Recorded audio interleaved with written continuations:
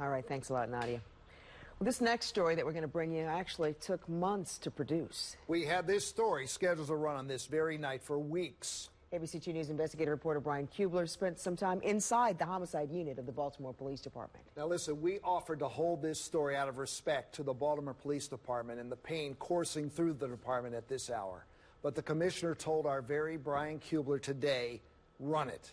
So tonight, a story of a seemingly impossible job and at least one young woman who says because of one detective who solved her father's murder, she couldn't fathom doing anything else. Baltimore is in the red. The city is seeing it, feeling it, stained by it. From the blood on the street to the ink on the board, names are becoming numbers and numbers are becoming records. Shot in the back of the head. He said they can see at least 2 cases. Okay, that'll work. In homicide, Detective Brian Lewis's team is up. The warrant he's writing up is scant on information, but detectives needed to enter the 2-story walk-up in West Baltimore where a man was found shot to death in his bed. It's a drive from downtown to the courthouse on Wabash and then to the crime scene. Unfortunately, this job does change you. It does harden you. It does make you jaded. It does make you just a little bit tougher than you really should be. It's not only a defense mechanism, Lewis says. It's necessary to survive working homicide in Baltimore for 9 years. None more challenging than 2017 and all of its mind-numbing depravity. A near murder a day, on pace to shatter even this city's worst year of 353 murders in 1993. I want to hold on to that humanity part of me. You know, I don't want this job to change me any more than it already has. That's tough, especially the numbers you guys are seeing on the boards. Absolutely, absolutely. And it does get difficult. It gets difficult to not become jaded. Right? Face. You remember Detective Lewis? Yes, I do. Bria Hightower is a police recruit. This fall, wrapping up her field training in the Eastern District. You good? Okay. Learning when to engage, when not to engage. Be gentle, be gentle, be gentle. And now, roll on all of it. 61. 61 means that the camera is activated. But you do get the questions from some people. Yes. Why would you want to be a Baltimore City police officer? All the time. I do. And you tell them what?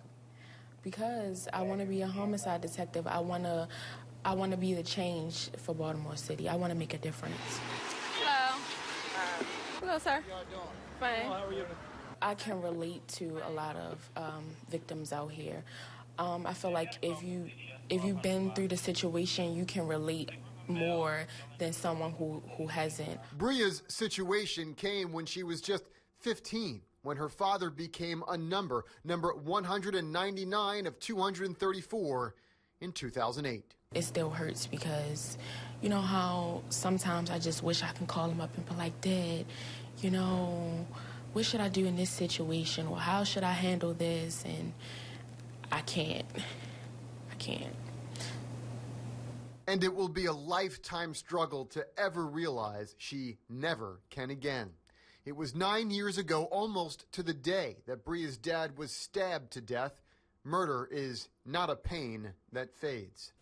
We get there, and this is what we find, you know. Detective Lewis remembers that night, too. The 45-year-old father of two was attacked from the back, he remembers. It was just his second murder case. William Hightower, the victim, was coming home from work. And he still had the grocery bag in his hand when he came up on the porch. Bria said she knew who did it almost immediately and watched closely at the way Detective Lewis went about solving her father's case, hanging on his every word, taking notes in her journal. He was so compassionate, and throughout the whole case, he stayed in contact with us. It's not a day that he didn't call to just give us some type of information. Including the day he called to say he arrested the man she just knew did it from day one, her father's girlfriend's ex-boyfriend.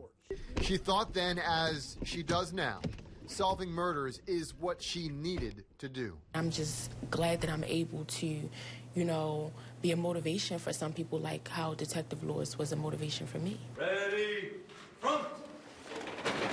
And so at the end of October, Bria Hightower, the police trainee, became Officer Hightower, one of the 33 new cops in her class to help replenish the depleted ranks of the Baltimore Police Department.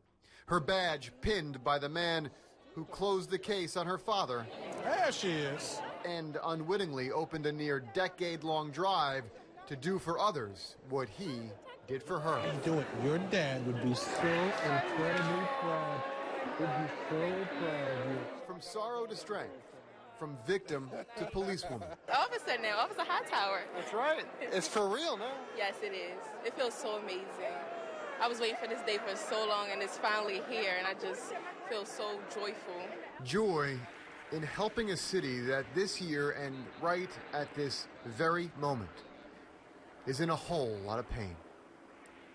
In Baltimore, Brian Kubler, ABC2 News. All I could look at that story and think of is she just looks like such a baby. I don't want to get, because I'm going to get so emotional, but I'm telling you right now, that was a sign from Detective Suter tonight to have this story run, to make sure that all of us knew that he's okay and that we're going to be okay because of Bria. Let me tell you another story. Officer Hightower is in Northeast District, and that's where her father was killed. So she's protecting the same streets where her father died. And I'm telling you, Detective Lewis, you, sir. Well, she will bring a fresh perspective to anybody she had to interview along the way, because she knows what it's like. She's been there. Yeah, there was a purpose that story was told tonight. I think we found out. So with all that said,